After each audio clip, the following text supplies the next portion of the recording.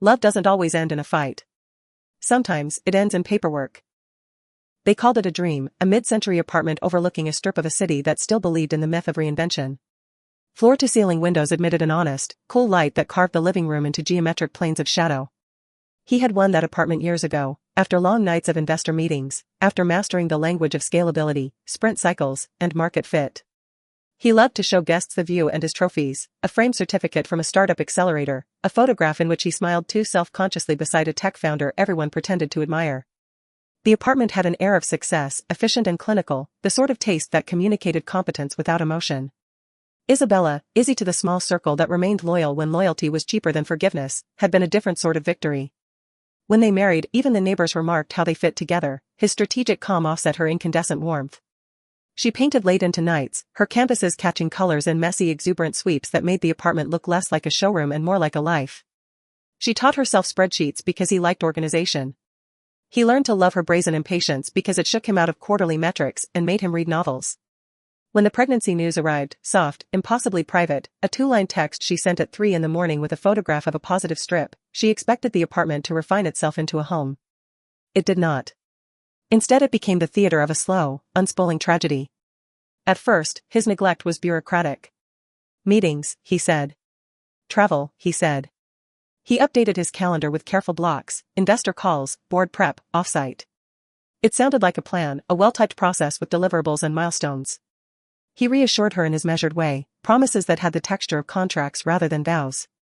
He stopped sleeping in the same room some nights, citing blue light and productivity apps that needed his attention. He began to speak to her in terms that always circled back to outcomes. This affects our runway, we have to be ready to pivot if the market shifts. Izzy counted the instances of being left in the apartment with her swelling body and an odd, widening silence the way she once counted brushstrokes. She logged them in her head and turned them into small acts of defiance. She made lists, appointments for prenatal checkups, painting supplies, names she could never quite agree with. She filled the fridge with comfort foods that tasted like sunlight. Yet the apartment, for all its view and trophies, was colder than a showroom. Conversation at dinnertime decayed into monologues about budgets and timelines. Her laughter, which had always been a sound that altered rooms, found nowhere to land. At the periphery of this disintegration stood Claire Walker, Isabella's best friend since college and, for a long season, the person she trusted more than anyone. Claire was an art director at an advertising agency, impeccably styled, clever with an edge that could be funny or sharp depending on the company she kept. Where Izzy painted with reckless motion, Claire organized color palettes and deadlines, but she was fond of irreverence. She arrived at parties with a plan to be the life of the party. She knew how to make things simple when simplicity served her. When the pregnancy was announced, Claire's visits multiplied. She came bearing casseroles, developmental manuals, and aggressively cheerful advice. She rearranged the nursery with a light hand and a decisiveness that Izzy found comforting at first, almost sacred. Claire was so present, at ultrasounds, at doctor visits, at the prenatal yoga sessions, so obviously on Izzy's side that people who watched from the outside assumed her presence was a natural consequence of friendship. To the world, she acted like a sister. In the apartment, hands deft at the small intimacies of maternity care, she seemed to arrive just when something needed a fix. This is where the story takes its darker turn, and it deserves the directness of the truth. Not every wound in a marriage begins with malice, sometimes it accumulates from omission. Yet malice did come. It came in silence and in the architecture of prioritization, and it came also from a hidden place where 2 adult minds had constructed an alternative future at the expense of one woman and her child. Isabella began to notice certain things she could not quite put into words. Invitations intended for 2 suddenly arrived as study sessions that his schedule had forced him to accept alone. Vague references to moving forward and not wanting anything to complicate the process seemed to include her by implication but not by presence. The tone in his messages changed, the exclamation points faded, the affectionate nicknames were switched for crisp, professional salutations. She asked directly once, at midnight, his silhouette haloed by the city lights. He looked at her as if he were making an honest calculation. "We need to think about the future," he said. "We have to make choices that protect the company and the family." Claire, who was, she had always believed, her bulwark, started to occupy more space in ways that were both tender and chillingly precise. She texted late at night, "Here if you need anything," and arrived the next morning with floral arrangements and a face that knew how to look worried in public and amused in private. The 3 of them formed a peculiar triangle, isolated. Izzy processed the increasing frequency of Claire's visits as supportive, as if she were an agent of care. But refinements in the atmosphere whispered a different truth. There were moments, brief, casual, that caught her attention, a look between Claire and her husband that was not quite secret and not quite innocent, a pause that held air like a document awaiting signature. There were phone calls he left on speaker and then hung up too quickly when she entered the room, messages that vanished from the joint devices. She confronted the husband once, the morning she returned from a prenatal appointment and found him packing a carry-on as if leaving for a week. Her voice shook like plaster as she stood at the door. "Where are you going?" He met her with the efficiency of a man answering to a calendar. "Away for the week. Big meetings." "Don't worry, Claire has been great, right?" She helped with the registry. There was no malice in him then that she could name, but the omission of her feelings felt like a small, precise cruelty. He had recalibrated his affection into something deliverable and scheduled. Once you have been neglected, the world alters your perception. Izzy's instincts, artistic, sensitive, brave in ways she had never admitted to herself, brought her to corners of the apartment where things had been left unattended. It was there she found a receipt, an innocuous credit card statement, in a drawer with an imprint of a floral boutique charge and another charge from a travel site. There was a photograph on the husband's phone that showed Claire in an embrace too intimate for the public, the caption carelessly affectionate. She confronted Claire afterward, the confrontation a small, stumbling thing. Claire answered with a parade of plausible denials that rearranged facts into mercies. "You're reading into this," she said, more hurt than defensive, her hand on Izzy's forearm like a pledge. But the world had begun to incline against her. Her husband's neglect became a strategy. He delegated affection and representation to Claire in ways that made their conspiracy invisible. She would be the one at the pediatrician's office, she would be the one to pick out the bassinet, she would be the one friends asked for opinions on names. He would claim scheduling constraints. He never missed the optics, the appearances fit the narrative of a supportive community around an expectant mother. But each public kindness shifted private realities. Claire's sinister agenda, the part of this tale I will not and cannot describe in harmful detail, was real and deliberate. It was not, in the telling, a blueprint of criminal instruction, it was instead a depiction of intent, a plan to remove the child from Isabella's life, executed through manipulation, emotional coercion, and legal maneuvering that remained below the radar of public scrutiny. The steps were obscured by kindnesses. There were signed documents in fine print that Isabella stumbled upon only after she had been exhausted into inattention. There were whispered reassurances from people who presented themselves as friends but were in fact intermediaries in a plan. Claire's smile at this stage became a tool, disarming, practiced, the sort of professional mask she had perfected as an art director. The husband, for his part, articulated a language of inevitability and risk that helped rationalize what they intended as an outcome. The child, he quietly suggested, would reap the benefits of a better structured life if entrusted to someone else, someone who could navigate the world's systems without sacrificing career trajectories. He did not say, "We will take the child," he said instead that we must ensure the child's future, which in their mouths transformed into a directive. Izzy's internal world responded to this with a hurricane of emotions. She felt, in equal measures, betrayal and disbelief, shame and a tender, anchored hope. Each time Claire arrived at the door with a casserole, Izzy's heart nodded with the knowledge that friendliness could be a lattice through which malice moved freely. When she asked friends and relatives, most shrugged and cited the benign explanations she herself had come to trust. "Maybe he's just under pressure," people said. "Claire is such a natural caregiver." Their voices, meant to be consoling, became another instrument of alienation. Work, what little she could manage of it, began to feel like a distant shore. She painted less and slept more, her body heavy with the double task of carrying a child and holding together a life rapidly fracturing at its seams. She kept journals, then later tore out pages and burned them, the smoke of her confidences curling into the autumn sky. There were nights she stood at the window, looking out at the city. The lights below seemed like promises stretched thin across an indifferent geography. In those hours she allowed herself the simplest, cruelest truths: she had chosen the wrong man. That thought was merciless in its clarity. It humbled her in ways she had not anticipated, it opened a corridor of remorse that was perhaps the most human thing in her life at the time. Remorse wrapped around more specific regrets as well. She thought back to early choices, compromises she made when she first fell in love, a hiring of silence where perhaps she should have spoken. She recalled an evening, years earlier, when she had not pushed him to share his inbox or to reveal more of his calendar. She remembered not insisting upon certain boundaries around friendships that later proved porous. Those acts, small, ordinary, made in the name of ease or trust, suddenly looked like antecedents of betrayal. Love is a ledger that tallies not the grand gestures but the steady entries of everyday conduct. Izzy tallied her entries and found deficits. Yet even in deficit, she cultivated a stubborn, fragile hope. She thought of the child as a small, unnamed project that deserved the modest dignity of imagination. She whispered names into her belly at night, she drew silly cartoons on sticky notes and placed them in the nursery, she bought a tiny pair of knitting needles and attempted to learn how to make booties from a video tutorial with a patience that surprised her.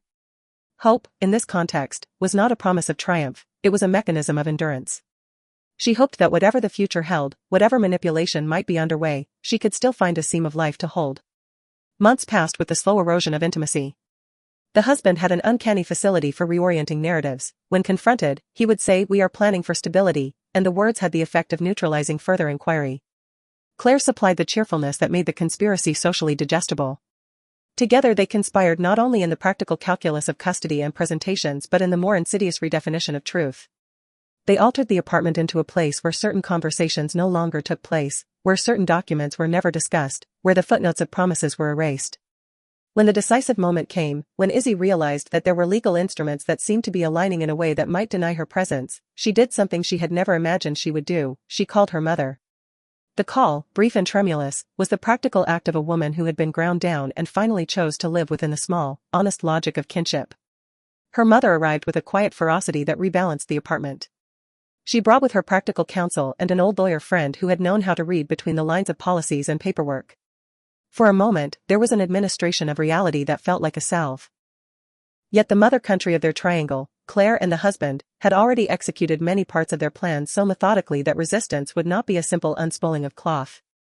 There were meetings and mediations and moments in sterile, fluorescent-lit rooms where lawyers explained best interests and parental fitness in ways that sounded like vocational assessments rather than moral reckonings. There were moments when Izzy felt like a subject of a case study rather than a woman holding the thing that made her fundamentally human. I will not describe the methods they used either because I refuse to incentivize or facilitate harm, or because the specifics belong to the dark private life of characters who chose to commit cruelty. What I will say is this: the malice took the shape of bureaucracy and affection turned procedural. It operated in forms that were plausible, which was its most dangerous attribute. People around them, neighbors, some relatives, onlookers, saw a woman surrounded by support. They did not know she was being circumscribed. They did not know the documents hidden in drawers, the exchanges that passed under cover of night, the offers of help that were thinly veiled negotiations to rewrite the map of her life. The climax of the narrative was not cinematic in the way film demands, it was instead a quiet, devastating legal proceeding that left scars you could not show. There were hearings with experts who debated the imponderable. There were days when Izzy's voice, once warm and generous, was reduced to a register of pleading that even she found embarrassing in its smallness. In those rooms, she learned new capacities for loneliness, for dignified survival. She learned to speak in statements that were not questions. She learned to hold her belly in public and to hide the tremor in her hands. The conclusion, if it can be called that, was not a tidy resolution. She did not vanquish the conspirators, she did not step into a buoyant epilogue. In the end, the child, whose presence had been meant to reframe everything, was placed under conditions that kept the possibility of her involvement precarious. The husband moved with a slow, corporate efficiency to separate assets and redefine households. Claire, once affectionate and familiar, took on the look of someone confidently filling a role. Their public faces remained calibrated, someone else's tragedy had been converted into an acceptable corporate narrative of tough choices. What remained of Isabella after these events was not triumph but an ache that hardened into a kind of clarity. She felt sorry for herself, deeply, real and human sorrow for the choices she had made and how they had intersected with people capable of such duplicity. There were nights she wept for the life that might have been, dinners with laughter, a child who knew the music of her mother's voice, mornings where she would be the first to fix a scraped knee. She mourned the version of herself that had trusted easily, the self that had believed in the power of shared ideals. Her remorse was not self-flagellation, it was a sober accounting that honored the fact of error without letting it be the agent of ruin. She also, stubbornly, held on to hope.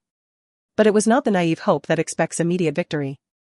It was hope reconstituted into a long-game concept, the faint belief that someday she might stitch herself to a new axis of meaning, that the child, wherever the child might be, might encounter a future that could be reimagined with dignity, perhaps even with her involvement in some future capacity. Hope, for her, became a strategic reserve, a resource she could draw on to not be crushed by indignity.